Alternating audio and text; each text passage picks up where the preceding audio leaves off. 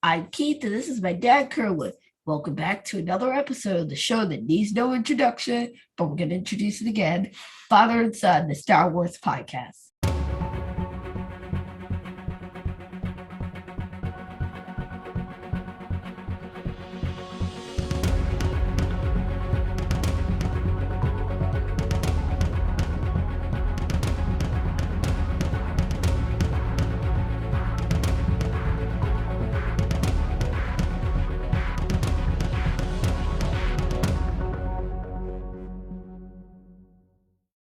Thank you very much for joining us once again. We are concluding our review of Star Wars Adventures in Wild Space.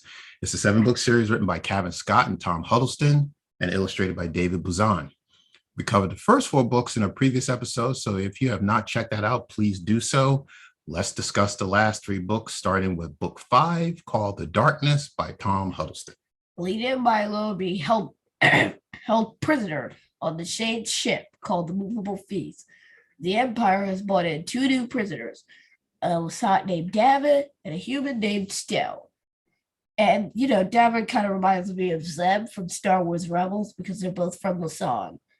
And according to Stell, Cavan is known as the Butcher of Brental 4. Sounds evil. Did he like that? You have to be. Okay, all right. So Crater lets Lena and Milo out of their cells. They find out that half the ship has lost power, the Shade is missing, and that they have a little bit of a spider infestation. And by a little bit, I mean a big one, and it's really bad because the spiders are cybernetic, part robot, part animal. They were engineered by a scientist named Silo, who's in a lot of the Darth Vader comics from 2015. So they found that Shalaman Dafa, aka the Shade, has been knocked out by the spiders. And meanwhile, David is out of his prison cell and looking for the kids. They go to Stell for help. He comes up with a plan to trap David. So as soon as he walks through, bang. And then Stell attacks Crater, not accidentally, but on purpose. Then he takes him and Lena to the bridge because he can't fix the ship on his own. And guess what? The Bridgers appear. Interesting. Okay. And apparently Davin was sent by them to help the kids. So Milo and Davin hatch a plan to get the spiders to knock out the power so they can get out of their cells. Then there's a fight between Stell and Davin. Davin basically gets knocked out. But luckily, Lena is able to blast the Imperial ship threatening the Bridger's ship. And they win. All right, now let's go back to this. So we have 2 new characters, right? We have Stell and we have Davin, right? Right. Okay. Now, again, you described Davin, he's from the planet Lasan. So he looks like Zeb from Rebels. So he's big, he's intimidating, he's a little scary. So, it's perfectly normal to think that he may be the villain. So this Butcher of Brental 4 that we're talking about, right? It turns out that was Stell's name. Exactly. So he was lying and working with the Empire all along. So, right. So Stell tricked him. Now, Stell is completely the opposite of what Zeb or Davin looks like, right? He's just skinny. He seems unassuming. He seems so nice. He was talking to the kids. He even gave Milo some food. Right. And he was trying to help them. Right. But it turned out it was all an evil trick. So he was the Butcher of Brenthal 4.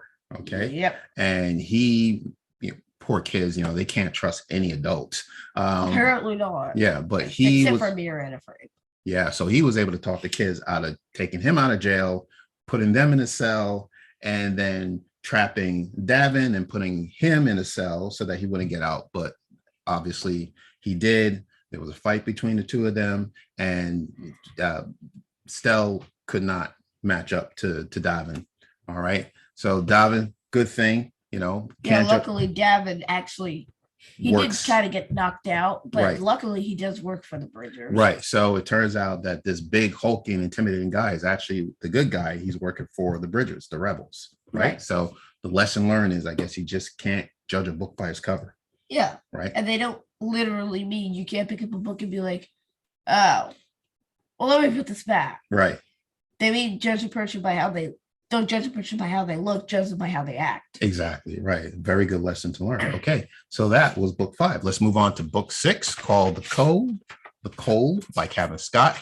So this is Lena and Milo. They're back on their ship, the Whisperbird, and they're heading to the planet Xyla. Okay. So, All right. And then they were supposed to go to a planet called Pion, right? Because they needed to fix a satellite.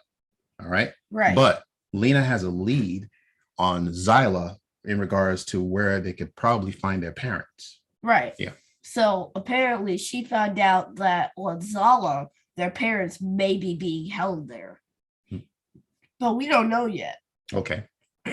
So, Okay. Of course, trouble always follows them. So as soon as they try to land, they get shot down by none other than Captain Corda. Oh, him again? What? What? Okay. Yep. Okay. The ship sinks along with Crater, Milo, and Mork. Lena escapes just in time and goes to hide in the cave, but she gets found by Captain Corda. Mm-hmm. At this point, he's apparently been cut off from the Empire, court-martialed and stripped of his rank. So basically, he just still wants the maps, 1, because of an old grudge, and 2, he's going to sell them to the highest bidder and be rich. I see. Okay. All right. Yeah, what would you expect from a captain of the Empire? Now, I remember in the few books back that Corder had a conversation with Darth Vader, and Vader made it very clear that he wanted to get those maps from those kids, right? Right. And Corder was not successful capturing those kids. So he got demoted anyway. Yeah, and probably kicked out of the Empire. So now he's really gone rogue. He's stolen the ship that he's using, right? Yeah. So basically what happened was he stole a ship, and then the kids stole the ship that was stolen from the Empire. Okay. So they stole the ship that got stolen. Okay. All right. So now this planet Xyla is an icy planet, right? Reminds you of Hoth a little bit, don't you think? Yeah. Okay, good. All right. And then sure does. Okay. All right. So now they're on the planet, right? And Corder's after Lena, and they're trapped in a cave, and Lena's trying to get away from him. And then what happens after that? They make a truce. The most unlikely of allies. So basically they both need each other. So they just call it a day, basically. Of course, they never trust the captain of the Imperial Navy, because Lena ends up getting double-crossed. Mm-hmm. Now, so what happens with Milo and Crater are still back on their Whisperbird, right? Yeah, but they run into some type of sea creatures. Yep, they communicate by lights. Mm-hmm. Basically, they have a light system, which is kind of like, it's not like how we communicate, just like blinking lights on and off, like ones and zeros.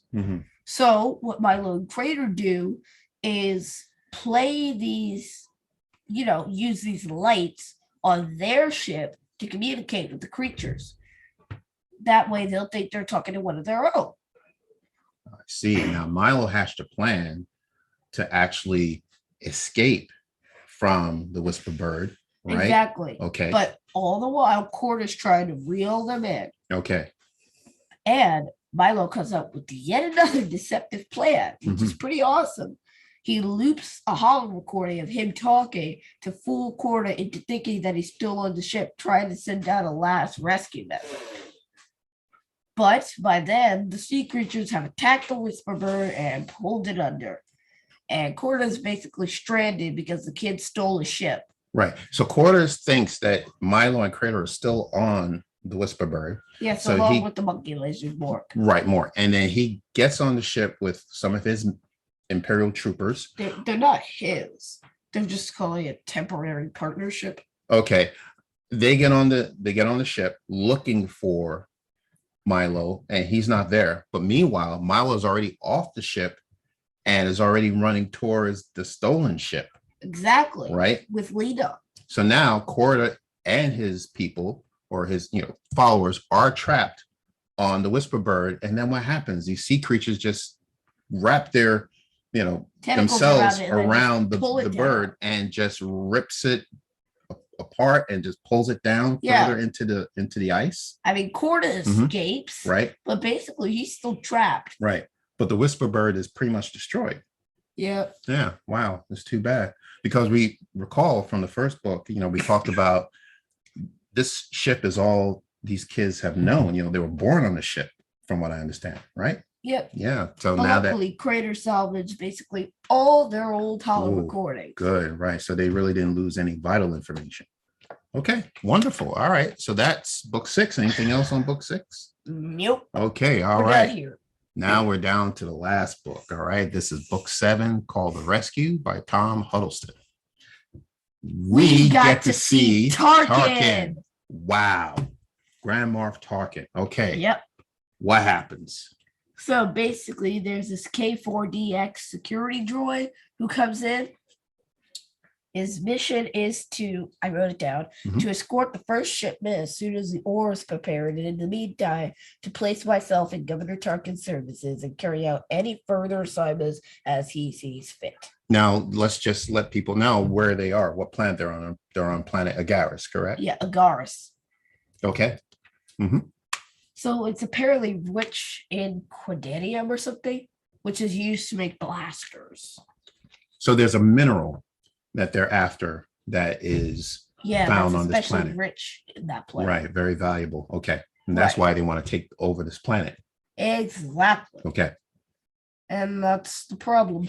Okay. Now, Milo and Lena's parents are there, right?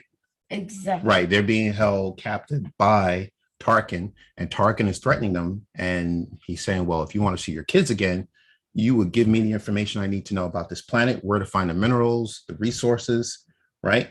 Of course, at this point, though, Tarkin's kind of bluffing because he doesn't have the kids. That's true.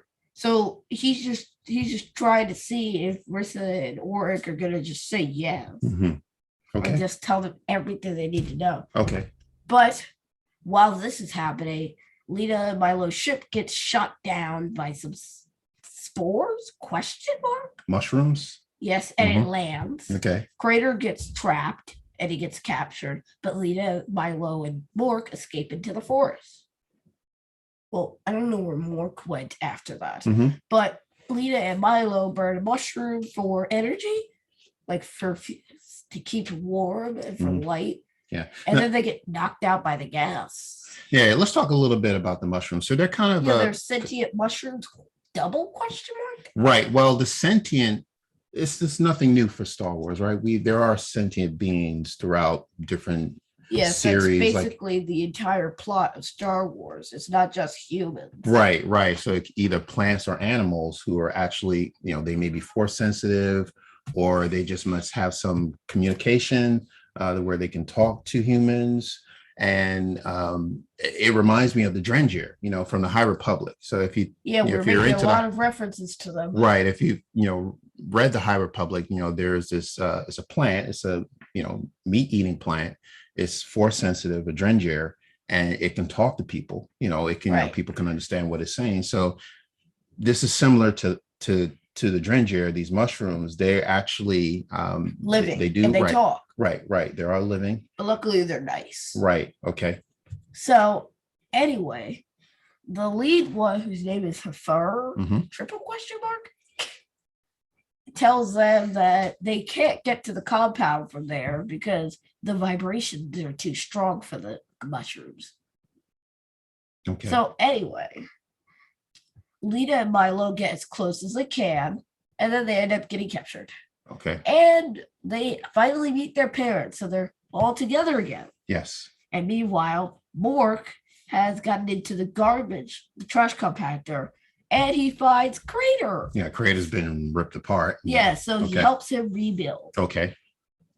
Then Lena escapes during a shootout in the hall and finds Crater. They both destroy the generator, meaning the Agarians can close in. So that part's awesome. Okay. And then these mushrooms, they emit some type of gas, right? Yes, to the stormtroopers, knocks them out. Right, knocks them out, right? So basically, they are they belong to the planet Agaris, right? Agaris. Right. Yes. And they want to protect their planet. So the Empire is trying to take over their planet, get the minerals. They're trying to defend themselves, right, from the Empire. And the Empire is threatening to actually destroy what's left of the mushrooms. And after the battle that takes place at the end, they have to relocate. Yeah, things have gotten so bad, that the Empire is now bent on taking over this planet that they actually have to relocate to some other planet. We don't know where they went, but that's pretty much what happens to these sentient beings. They're gone. And yes, like you said, a battle did take place.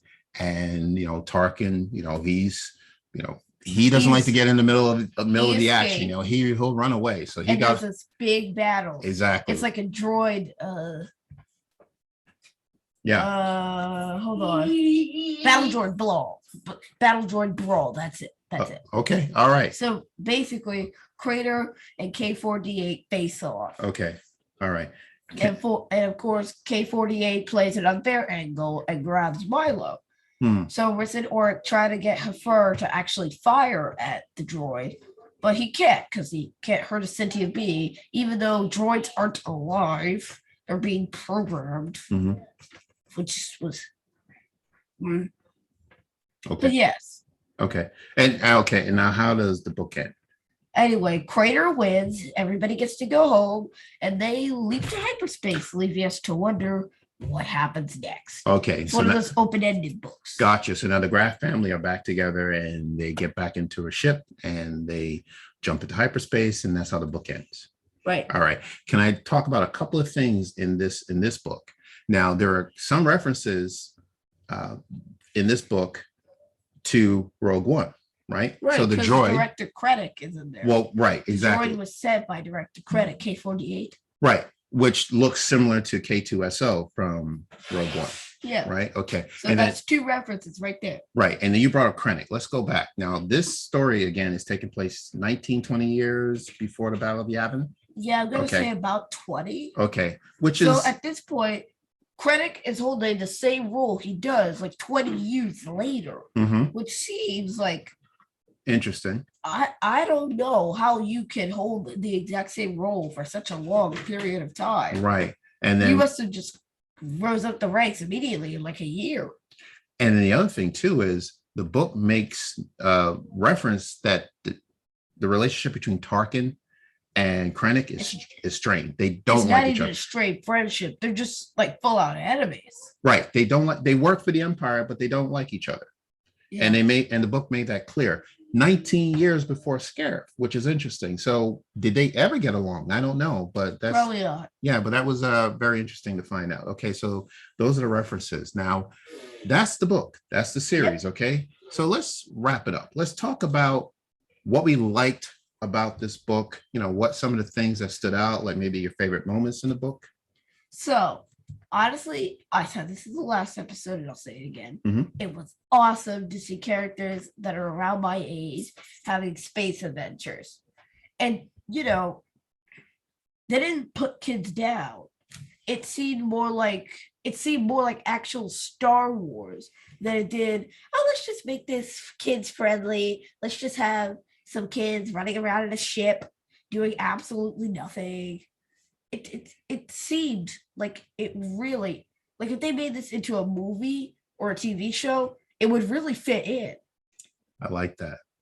It's still kid friendly, but it seems more like real Star Wars than anything. Right. So to me, this book, and I thank you for introducing me to this series, because I didn't know about the series until you.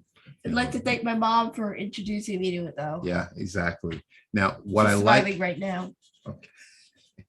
What I like about this book is it doesn't talk down to, again, this book is, for kids, right, between, I would say, the ages of 8 and 12. It doesn't talk down to kids that age, right? It's a book that requires a lot of a certain knowledge of Star Wars. Well, but you don't have to. You could be new to Star Wars and read that book, and it still kind of fit in. That's what I was going to say. I was actually going to mention that this would be, if there's a child, 8 to 12 years old, who wants to get into Star Wars, I would recommend this being the first series that they read. And the reason for that is, like you say, it is Star Wars. It feels like Star Wars. Now, they don't know what that is because this is their first introduction to Star Wars. But once they read it, they'll recognize, when they read these books and then they move on to watching the TV series or watching the films, they're going to recognize these characters that are appearing in the book, like Darth Vader and Grand Moff Tarkin and Krennic. Yeah. And Mirror and Frame. There's a lot of references to the real movie. Right, exactly. The Bridgers, for example. So if they read the book and they learn about Ezra's parents in the book, and then they go and watch Rebels, and it'll make sense to them. Right, and they realize, okay, well, the lead character in Rebels is Ezra Bridger, who is the son of the Bridgers in the books, right? So they can connect. They connect it, right? Which is why I said if they made it into a movie or TV show, that's why I would just click with all the other Star Wars movies and shows. Right, exactly. So this is what I exactly what I like about the books, is that it's very Star Wars. It's into the Star Wars lore.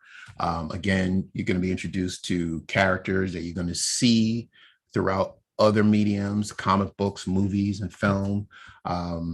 It's really, to me, it's a good starting point for any child who wants to get into learning Star Wars. Right. Yeah. So well done, Cavan Scott and Tom Huddleston.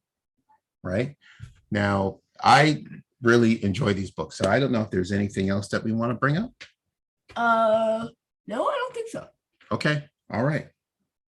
Well, that's it for today. All right. Well, you can find us on Apple. Wait, you can say something? No, I was just going to say, that's Adventures in Wild Space. So again, if you know a child that age, between the ages of 8 and 12, they want to get into Star Wars, or they want to learn about Star Wars, I think this is the series to start with. Exactly. Right. So we are on Apple Podcasts, Google Podcasts, Spotify, Stitcher, Radio Public, Amazon Music, Audible, or wherever you get your podcasts. All right. And we are also on YouTube. We have a YouTube channel, and we have a Facebook page. Please like us on Facebook and follow us on Twitter and Instagram. And don't forget our Instagram and our website, fatherandsongalaxy.com. So please check it out. Give us a like on Facebook, follow us on Twitter and Instagram, and we'll see you next week for some more Star Wars. There we go. All right. Well, thank you very much for listening to us or watching us.